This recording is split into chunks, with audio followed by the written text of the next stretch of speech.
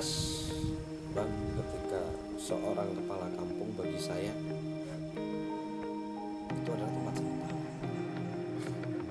Kepala kampung itu tempat sampah. Mau jelek mau bagus akan tetap tertumpah di kotak sampah itu. Jadi kuncinya satu, belajar ilmu ikhlas dan belajar ilmu sabar. Belajar ilmu ikhlas dan belajar ilmu sabar. Assalamualaikum warahmatullahi wabarakatuh. Perkenalkan, saya Dwi Novian Saputra, Kepala Kampung Dungaji, Kecamatan Selagalinga, Kabupaten Lampung Tengah. Jadi saya menjabat Kepala Kampung di Kampung Dungaji ini awal tugas 2019 karena pelantikan di Desember 2019. Untuk apa yang saya lakukan di Dungaji ini, di Kampung Dungaji ini, setidaknya misi saya yang utama itu adalah saya ingin mencerdaskan kehidupan dan wawasan bagi masyarakat. Bagaimana untuk ketika sebuah pemerintahan berjalan, tetap itu adalah kewajiban dari seluruh ini untuk bareng-bareng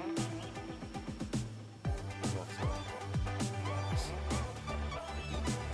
Pada intinya agar semuanya aman dan semuanya bersinergi dalam melaksanakan program menunjang apa yang ada di Kampung Dungaji, yang mana itu adalah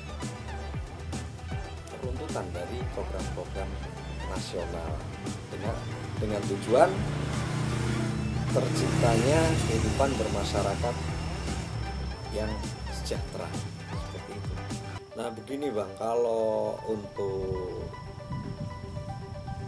saya sendiri, saya pribadi di Kampung Gedung Haji ini, saya awal masuk Kampung Gedung Haji ini tahun 2007. Karena kehidupan saya sebelum di Gedung Haji ini, saya memang hidup di wilayah lain, terus di Pulau Jawa juga pernah, di Jogja, di Bandung, dengan kehidupannya ala kadarnya, karena ya memang berangkat dari orang susah Bang. Nah kemudian ketika saya masuk ke Gedung Haji, menikah dengan orang Gedung Haji, pada awalnya sengsara memang Bang. Pertama saya kerja di sini, saya kerja ngojek Bang. Saya kerja ngojek bukan ojek orang, bukan ojek manusia ini. Jadi saya ikut ngojek kopi, karena seperti pada umumnya seluruh Kabupaten Lampung Tengah tahu bahwa wilayah Gedung Haji ini adalah termasuk di wilayah Selagai bagian barat yang berbatasan langsung dengan tanah register 39 Waiwaya Tangki Tebak. Ini adalah wilayah penghasil kopi Pak. Jadi saya ikut ngojek kopi segala macam. Kemudian sempat saya jual sayuran Bang, keliling bareng istri. Jadi keliling. Seiring berjalan waktu, kemudian saya ikut-ikutan mengabdikan diri ke masyarakat di jenjang pendidikan, di bidang pendidikan. Saya ikut ngajar tenaga honorer. Saya tenaga honorer itu sekitar 5 tahunan ada. Tenaga honorer di salah satu sekolah swasta dan salah satu sekolah dasar negeri di wilayah barat ini. Nah setelah itu saya belajar, kemudian saya kemudian iseng-iseng mendaftarkan diri di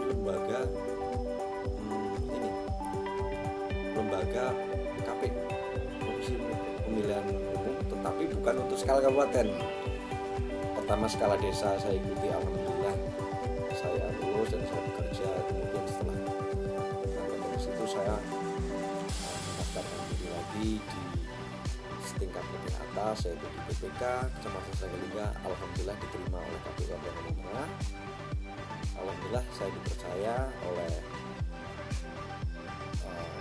senior-senior di KPU Kabupaten Lampung Tengah. Saya menjabat PPK Kecamatan Slagilingga selama 2 periode. Nah, setelah itu seiring berjalan proses,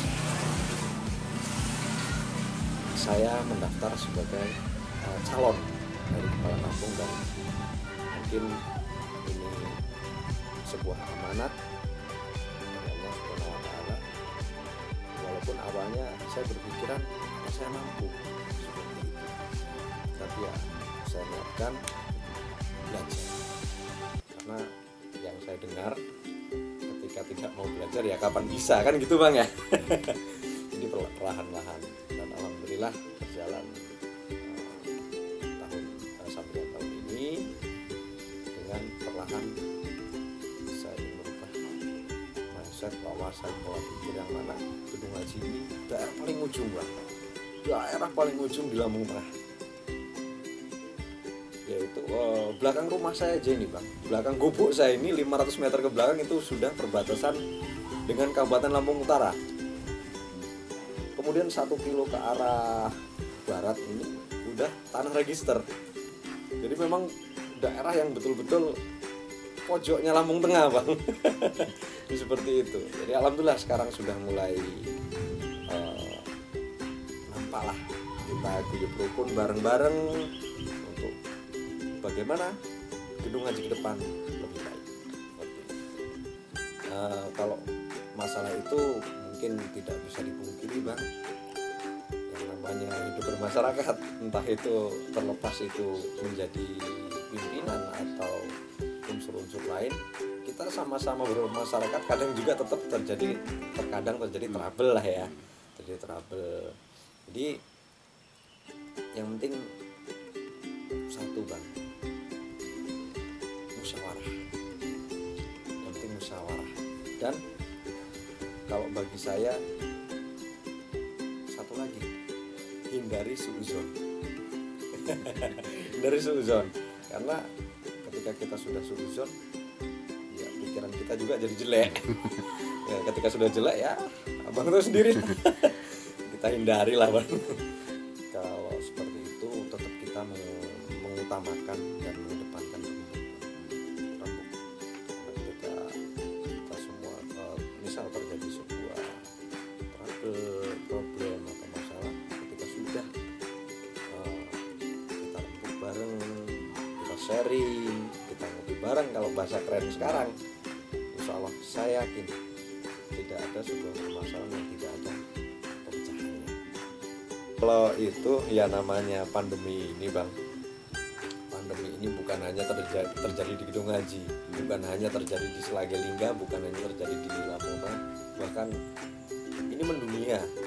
Artinya ya mau tidak mau kita harus mengupayakan, karena keselamatan rakyat adalah tujuan tertinggi.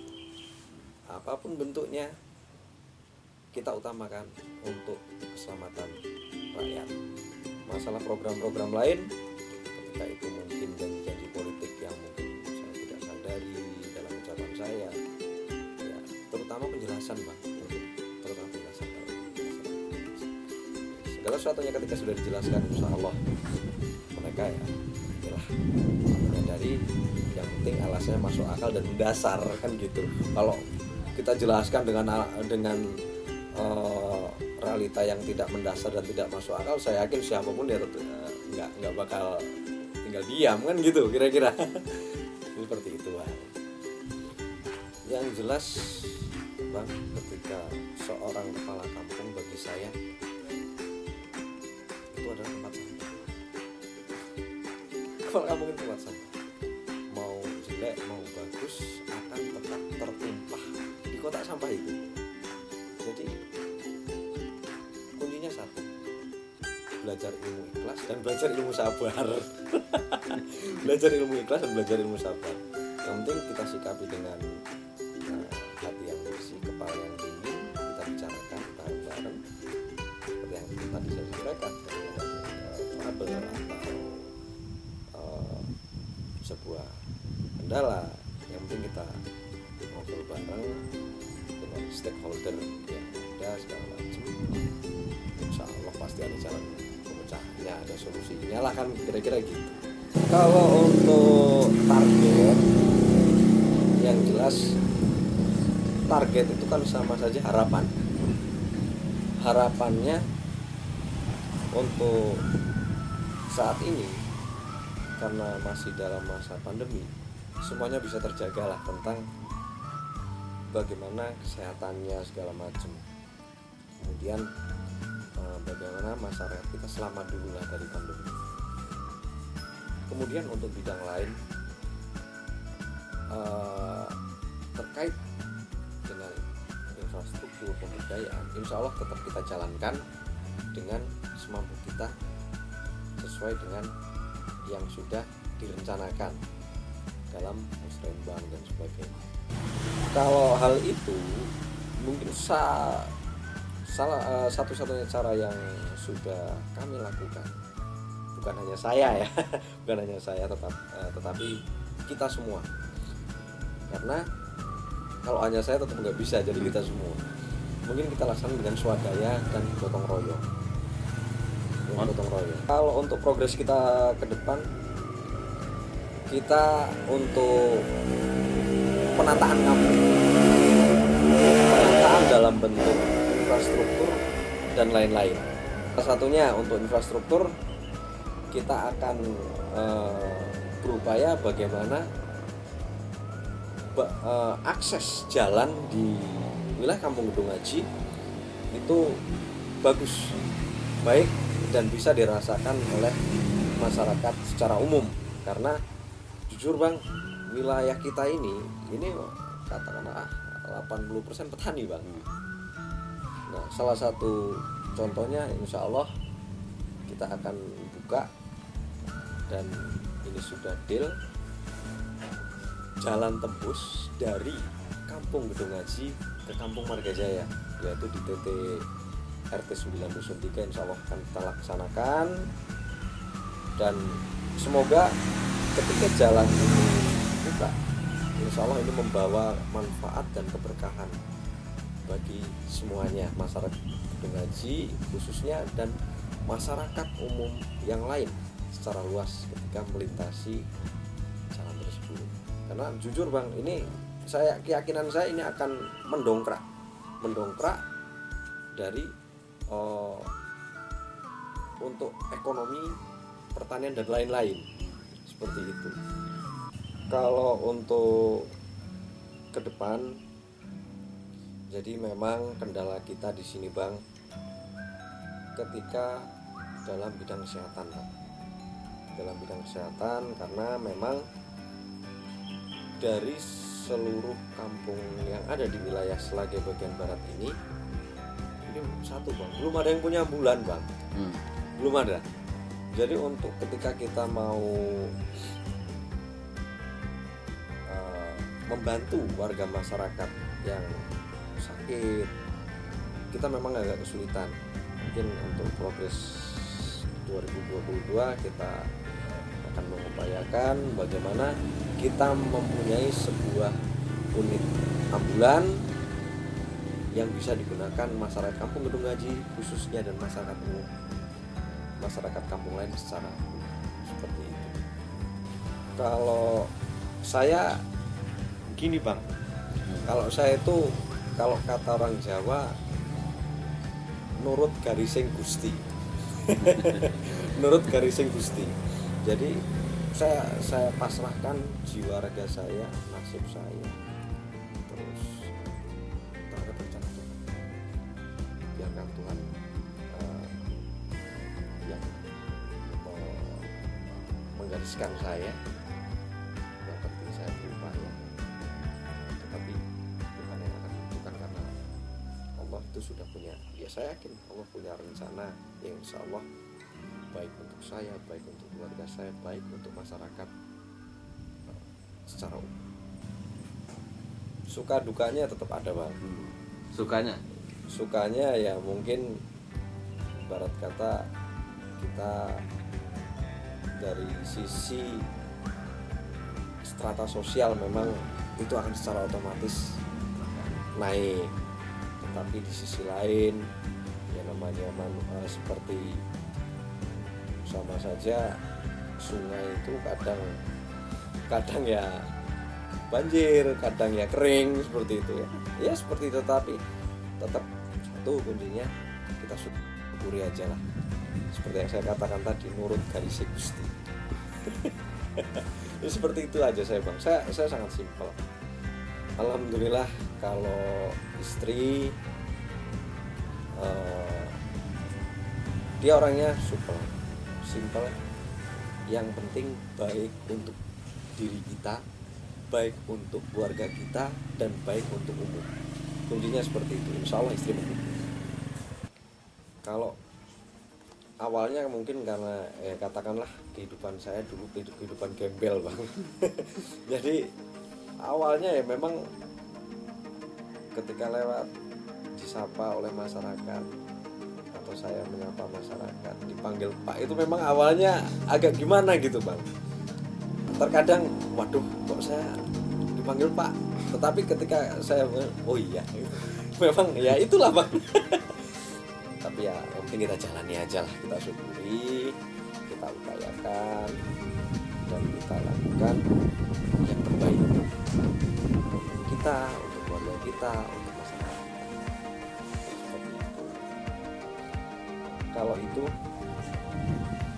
karena ini hal-hal seperti ini akan tercatat di dalam sebuah story, sebuah sejarah. Makanya saya menanamkan kepada seluruh warga masyarakat, mari bersama-sama membuat sebuah sejarah kebaikan dalam segala hal. Membuat sejarah kebaikan, karena apa yang kita lakukan secara bersama-sama pada saat ini, saya yakin ini akan menjadi pengingat anak cucu kita kelak. Anak cucu kita kelak, oh ya ini dulu seperti itu. Semuanya kita lakukan dengan keikhlasan, kebaikan, insya Allah akan menjadi sebuah sejarah yang insya Allah untuk ngaji ke depan keyakinan saya menjadi lebih baik. Kata kunci untuk keberhasilan gedung ngaji: kebersamaan, kemudian keikhlasan, niat tulus.